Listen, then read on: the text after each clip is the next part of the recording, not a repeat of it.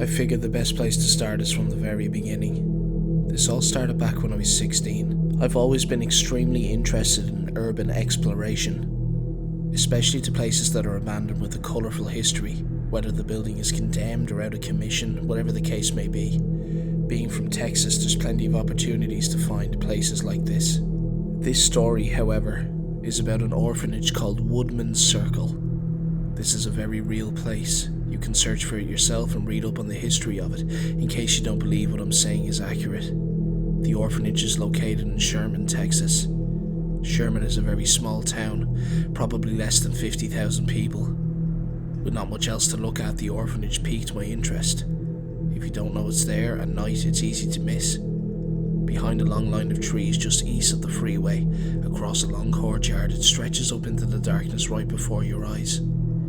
From what I understand, it was intended for widows and orphan children, making it a seemingly ideal place to explore if you're looking to scare yourself a little bit.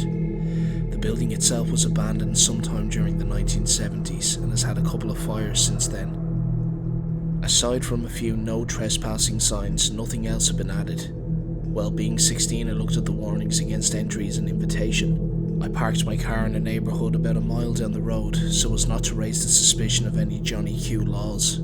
During the walk to the orphanage, I was smoking cigarettes and listening to some Pink Floyd, simply trying to get myself into an already on-edge mindset. It was a decently warm night, but I still had a light jacket on just in case the exploration required me to crawl or something of that nature. I kept peering over my shoulder, starting to feel more and more uneasy. Not necessarily due to anything paranormal, but like a cop or some nosy person from the neighbourhood had an idea of what my intentions were and were going to make it a point to fuck up my plans. I decided to turn my music off so I could hear if someone or something was coming up behind me, also ensuring that if I heard a car coming I could duck just behind the tree line and hide for the possibility of it being a police car. It took me about 15 minutes to make the mile-long walk before I could just make out the silhouette of the orphanage. I ventured into the tree line and came to a 3-strand barbed wire fence. I put my hands on the second line of barbed wire and pushed it down wide enough for me to slip through. As soon as I was through the barbed wire fence, I pulled my pack of Marlboros out of my jacket pocket, set a cigarette on my lips, pulled out my Zippo and lit it. And there before me laid Woodman's Circle. Now I want to make it clear that I don't believe in ghosts or spirits or anything of that nature. Not to say I couldn't ever believe in them. I've just never had any kind of experience that left me with no other explanation. When I first approached the main building, there was a staircase with maybe 10 to 15 steps leading up to the front door. At this point I hadn't heard a car, or even the wind for that matter, for a couple of minutes now. The sheer silence was so acute that I could hear the tobacco popping in my cigarette. I'm not sure if anyone who reads this is a smoker, but to be able to hear your cigarette crackling has to be pretty damn quiet. I was also quite aware of my own breathing at this point. I could feel myself making a conscious effort to breathe as slowly and as smoothly as possible. I did my best to listen for anything, but still, nothing. I tried to push a door open, but it wouldn't budge. From what I could see, it wasn't nailed or boarded shut, so I kept trying. After a couple of attempts, I figured I wasn't going to be going in that way. Over to the left of the main building is another building. I could see that the door was wide open, so I decided to give that way a shot. As I walked to the other door, I gazed out over the courtyard, expecting to see a police officer walking across the grass ready to fine me for trespassing. However, I was still alone. I got to the second door and saw that it was pushed open about 3/4 of the way, enough for me to see clear down the hallway all the way to the back of that particular building. It's hard to estimate, especially being as dark as it was, but I would guess the hallway itself was about 100 to 150 feet long and approximately 10 feet wide. I could see shadows of debris that littered the ground and kept having the thought of one of those shadows starting to move, floating around in my head.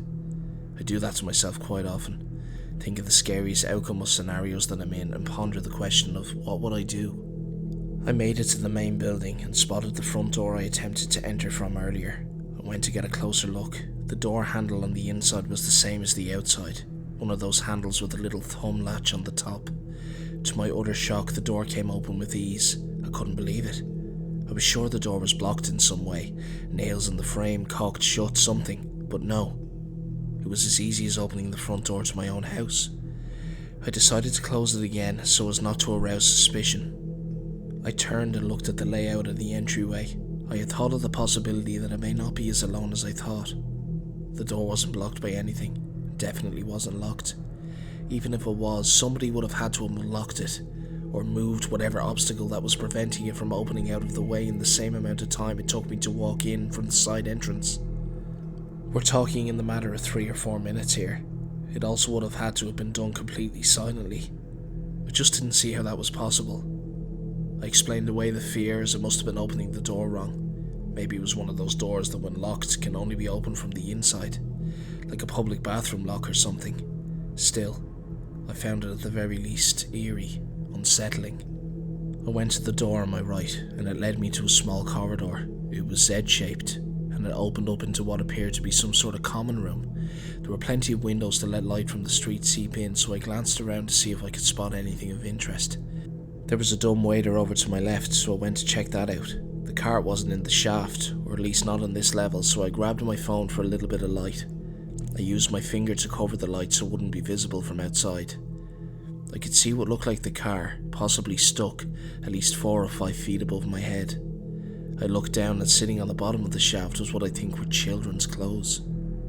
They were probably 3 or 4 feet below me, so I definitely couldn't reach them from where I was, so I honestly couldn't tell you if the clothes were modern or not.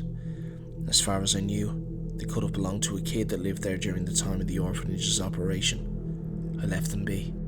I stood back up and looked around the common room again, still entertaining the idea of possibly having company lurking elsewhere in the building.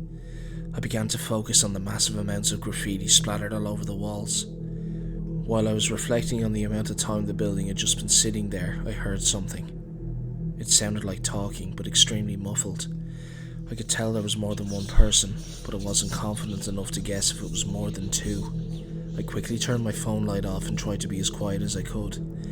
From the sound of it, I thought it might be coming from somewhere behind the building. I started to make my way towards the back, which I could see some of due to the windows facing the rear of the building. As I got closer, I realised that the talking seemed to be coming from an actual room in the orphanage. I was in no way going to introduce myself, based on the fact that I don't know whoever it is. I couldn't tell if they were a threat, or if they were even aware of my presence at this point. I went through another door towards the back corner of the common room. It led me to a hallway, with a few doors on either side. I stood at the entrance of the hallway, listening.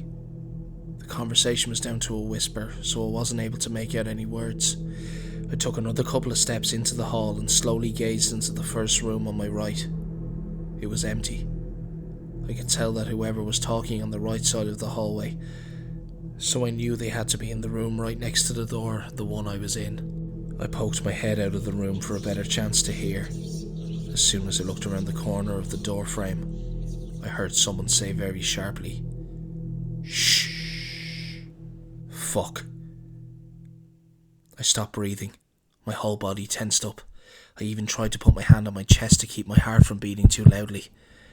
I started to weigh my options.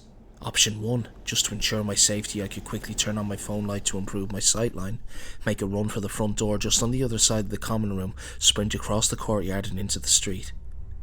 At that point, I don't care who sees me, I just want to be out of there. Or option 2, I could show myself. I know it sounds fucking insane, but maybe if I show myself to whoever else is here, we can just have a big laugh about how scared shitless we all were, and we can all leave comfortably. Who knows? Maybe they're as scared as I am. Whoever. There were more of them than there were of me. At least by one. I couldn't imagine them being as scared as me.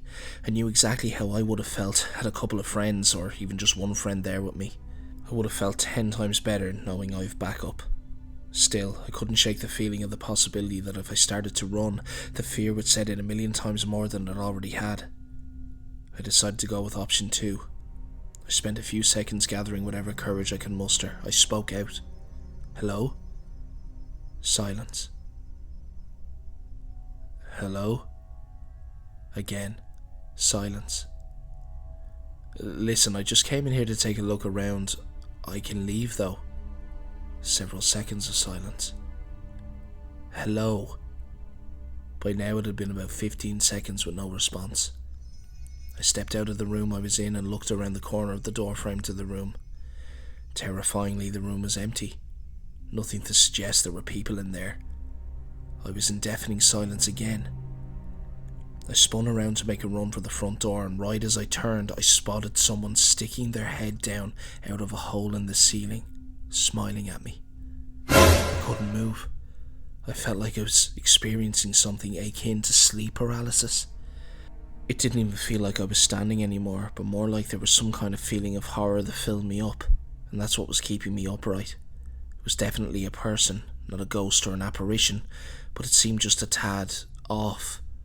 I don't know, like their smile was uncomfortably wide and their eyes were unusually small and spaced apart. I rarely scream out of fear. I'm not saying I don't get scared. If someone jumped out at me, I'd do the same thing most people do, take a really sharp breath in, but it's seldom that something scares me so much I actually scream.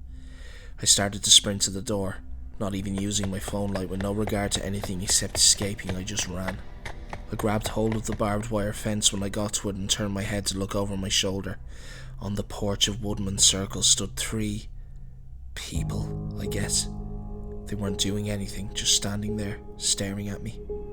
I couldn't make out their facial expressions or even their facial features. All of a sudden, one of them began to scream. The scream sounded exactly like my scream, or at least the memory of the sound of my own scream still resonating in my head.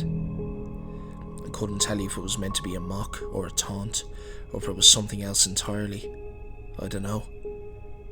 I was still scared out of my mind though, so I slipped through the barbed wire fence and ran straight to where I parked my car. I hit the unlock button on my key fob, flung my door open and jumped into the car.